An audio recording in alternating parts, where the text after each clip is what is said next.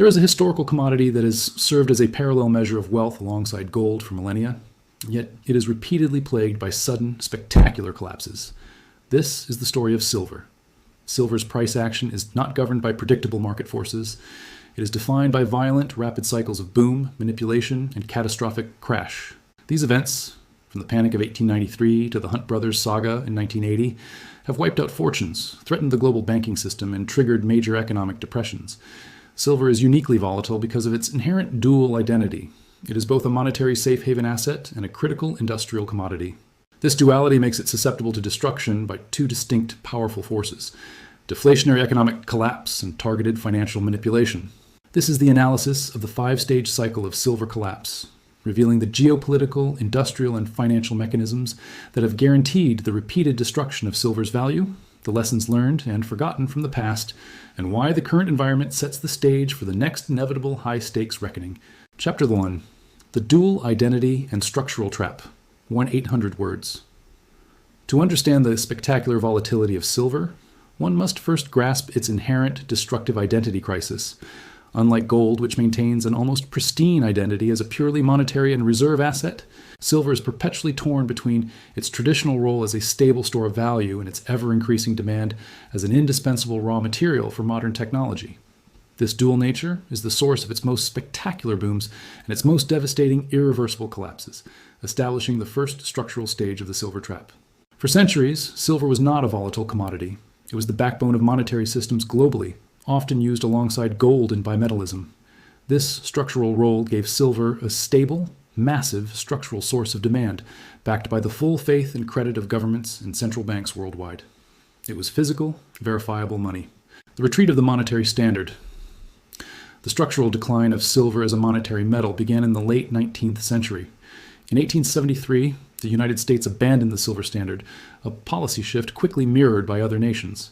This simple legislative act had a profound long-term impact. It immediately removed a massive guaranteed source of demand for silver, transforming it from a structural reserve asset into a vulnerable commodity subject to the whims of industrial cycles. The final official break from silver's core monetary role in the U.S. occurred in the mid-1960s. Due to rising silver prices and economic pressures, the U.S. government began phasing out silver from dimes, quarters, and half dollars starting in 1965. By 1971, silver was fully withdrawn from circulation coins, marking its definitive transition from money to an industrial input. This historical abandonment left silver susceptible to the volatility that governs raw materials. The industrial ascent, the technological trap. As silver retreated from coinage, its industrial demand simultaneously soared, ironically driven by the technological progress it was meant to finance. Early industrial drivers included the massive consumption by the photographic industry, which relied on silver for films and plates. The electrical industry also became a significant consumer due to silver's superior conductive properties, making it essential for circuitry and switches. The demands of modern technology have only amplified this dependency, setting the modern technological trap. Today, silver is more critical than ever, specifically in the green energy transition. It is indispensable for manufacturing solar panels, photovoltaics, where it forms the electrical contacts that harness solar energy. It is also required for electric vehicles, advanced electronics, 5G infrastructure, and sophisticated medical devices. Governments, through massive policy initiatives like the U.S. Inflation Reduction Act, have effectively reinforced silver's industrial significance, guaranteeing future inelastic demand. The volatility factor. The destructive duality. This dual identity, the memory of money married to the reality of industry, is the source of silver's explosive volatility and its inevitable collapses. When fear and inflation are high, investors rush to silver as a tangible safe haven, driving up its price, acting as money. When the economy enters a severe recession, deflation, industrial factories stop producing, demand for inputs like silver collapses, and the price is violently crushed, acting as an industrial commodity. The conflict between silver's role as a psychological hedge against financial fear and its susceptibility as an industrial input to deflationary collapse is the first structural stage of the silver trap, laying the groundwork for the inevitable five-stage collapse cycle. Chapter 2. The Deflationary Death Blows. The first and most powerful mechanism of silver collapse is deflationary economic disaster. When credit freezes, business activity stalls, and wealth is liquidated for survival, silver's price is crushed by the sudden evaporation of industrial demand and the mass dumping of assets. The history of silver's most profound bear markets is a history of economic devastation. The Panic of 1893, the end of bimetallism, The Panic of 1893, a severe economic depression in the United States, stands as a prime example of silver's vulnerability to sudden monetary policy shifts. The background was intense political and economic struggle over the monetary standard, oversupply, and political tension. The opening of vast new mines in the western U.S. led to a massive oversupply of silver. This fueled the powerful free silver movement, which argued that backing the U.S. dollar with silver would expand the money supply, generate inflation, and allow indebted farmers to repay their debts with cheaper dollars, a populist economic movement. The Flaw Act. To appease the silver mining states, the Sherman Silver Purchase Act of 1890 was passed, forcing the government to buy 4.5 million ounces of silver each month. While temporarily propping up the price, this mandatory buying led to a drastic draining of gold reserves in the U.S. Treasury, severely weakening confidence in the gold-backed currency. The repeal and crash. President Grover Cleveland, facing a national crisis of confidence and a collapsing gold reserve, successfully overcame political opposition and repealed the Sherman Silver Purchase Act in October 1893. The repeal was intended to stabilize the national economy by restoring the gold standard, but it had an immediate devastating effect on silver's price. The collapse. The price of silver instantly dropped by about 1/3. Mines across the silver mining west closed en masse, e.g., 90 mines closed in Leadville, Colorado, immediately throwing thousands out of work and initiating a profound economic depression across entire states. The crisis confirmed silver's vulnerability to political and monetary policy changes, fulfilling Stage 2, the liquidity shock, a major economic or regulatory event forcing immediate leverage selling. The Great Depression, the deflationary low. The Great Depression of the 1930s represented the most profound silver bear market in recorded history, a perfect example of silver being crushed by overwhelming deflationary forces. This was the market's complete repudiation of silver's industrial value. Demand collapse. As global economic activity and credit markets ground to a halt, industrial demand for silver evaporated dramatically. Factories were producing less, so they needed less silver. Liquidity and mass selling. Millions of investors and ordinary citizens, facing rampant bank failures and mass unemployment, were forced to sell their silver, along with every other liquid asset, simply to raise enough cash to live on. This mass liquidation flooded the market, adding overwhelming supply pressure and pushing prices down further. The historic low. Silver plummeted to its inflation-adjusted historic low of 29 cents per ounce in January 1931. This catastrophic low was the direct result of pure deflationary destruction, confirming that in a true systemic collapse, silver's industrial identity leaves it highly exposed. Government intervention. The U.S. government, recognizing the severity of the crisis, eventually enacted the Silver Purchase Act of 1934 to stabilize the market by mandating increased government silver purchases and setting a fixed floor price. This policy, while necessary to support the mining industry, confirmed the market's inability to support the metal's price autonomously during a deflationary shock. These historical collapses confirm that silver is highly susceptible to the first major collapse mechanism, the deflationary liquidity shock. A true economic crisis forces mass liquidation and industrial demand evaporation, driving the price far below its perceived monetary value. The solution required massive, extraordinary government intervention, demonstrating the metal's inherent weakness under duress. Chapter 3. The Manipulative Break. Silver Thursday.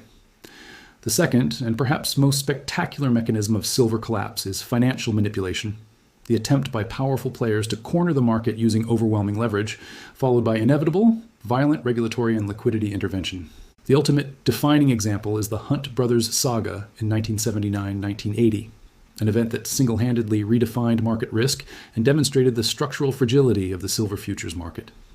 The Hunt brothers strategy. A cornering attempt. Nelson Bunker Hunt and William Herbert Hunt, sons of Texas oil billionaire H.L. Hunt, were macro speculators deeply concerned about the destruction of the U.S. dollar's value due to rampant inflation in the 1970s. They viewed silver as the ultimate tangible hedge against the inflationary flood, a belief that fueled an unparalleled market cornering attempt. The accumulation. Starting with silver around 6 per ounce in 1979, the Hunt brothers began hoarding vast amounts of physical silver. Crucially, they simultaneously purchased massive volumes of futures contracts. Unlike common traders who settle with cash, the Hunts frequently demanded physical delivery of the bullion, rapidly draining exchange and private stockpiles. The corner. The Hunts aggressively leveraged their cash reserves, borrowing heavily from major banks to buy even more futures contracts. By the end of 1979, they had accumulated an estimated 100 million ounces of the precious metal. Their total position eventually amounted to roughly 70% of the world's privately owned silver supply. successfully engineering a genuine physical shortage and cornering the global market. The mania. As news of their buying spree spread, a speculative mania took hold. Chapter 4. The Long Suppression and Recovery Failure. The most insidious stage of the silver cycle, and the one that defines the structural vulnerability of the market today, is Stage 4, the price floor erosion, and Stage 5, the recovery lag. After the spectacular collapses of 1893, the 1930s, and 1980, silver did not immediately bounce back. Instead, its price languished for decades, trapped by market structure, the interests of large industrial stakeholders, and the perpetual shadow of the paper market. Price suppression. A structural reality. Following the speculative excesses of 1980, silver entered a prolonged bear market where its price remained relatively low for decades. This persistent price suppression is not accidental. It is structurally rooted in the financial dynamics of a dual identity commodity. The industrial interest. Because silver is an essential raw material for production, the massive corporations that consume it, manufacturers of electronics, chemicals, and solar panels, have a fundamental motivation for it to remain cheap.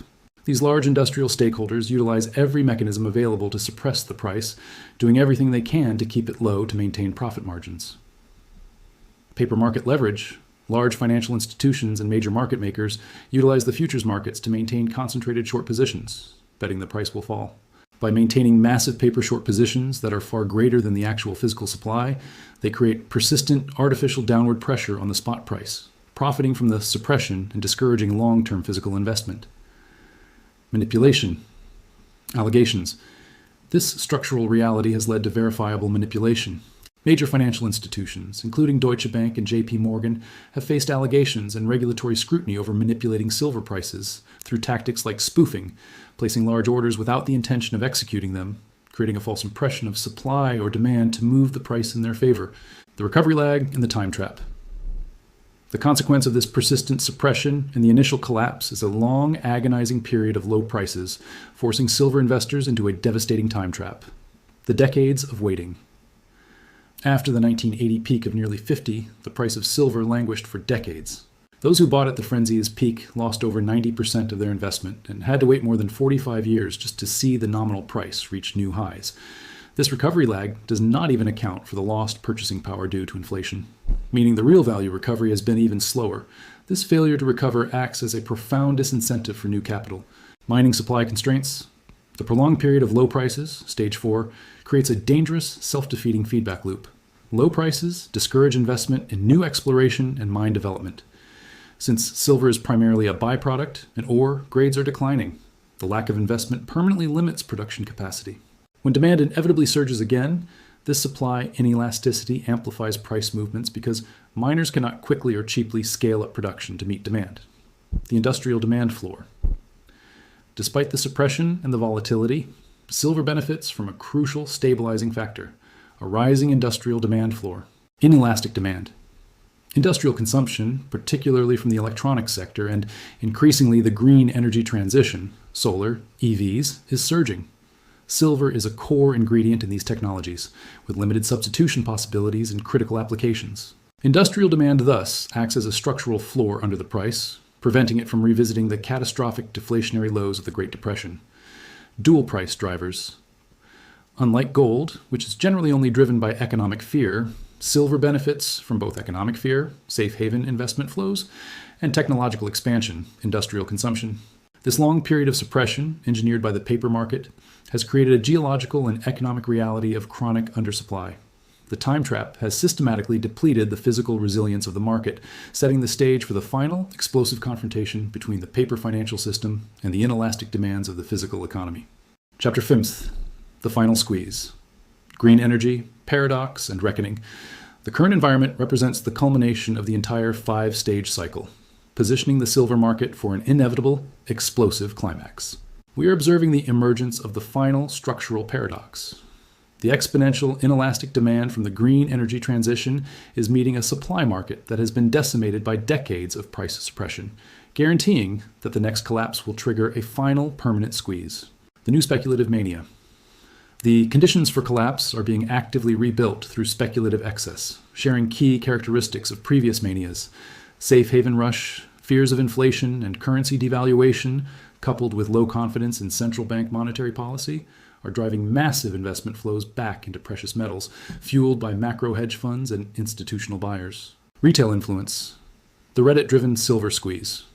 Attempt in 2021 demonstrated the market's vulnerability to concentrated retail buying, which can rapidly amplify price movements in the thinly traded silver market. While the initial attempt failed due to regulatory intervention, it showcased the power of demand when focused on physical delivery. Paper versus physical disconnect. Speculative activities in the paper futures market continually cause the spot price to rise and fall, wildly disconnecting it from the verifiable reality of physical supply and demand. This creates confusion and volatility, masking the core physical shortage, the inelastic destiny, the green energy guarantee. The silver market is fundamentally different today than it was in 1980 or 1931 due to the green energy transition. This shift creates a much higher, more inelastic price floor that will dominate the next cycle. Accelerated industrial demand. Global demand for silver is surging, driven primarily by photovoltaics, solar panels, and electric vehicles. The demand from the photovoltaic industry has grown dramatically, with no viable, low-cost substitute for silver in this critical application.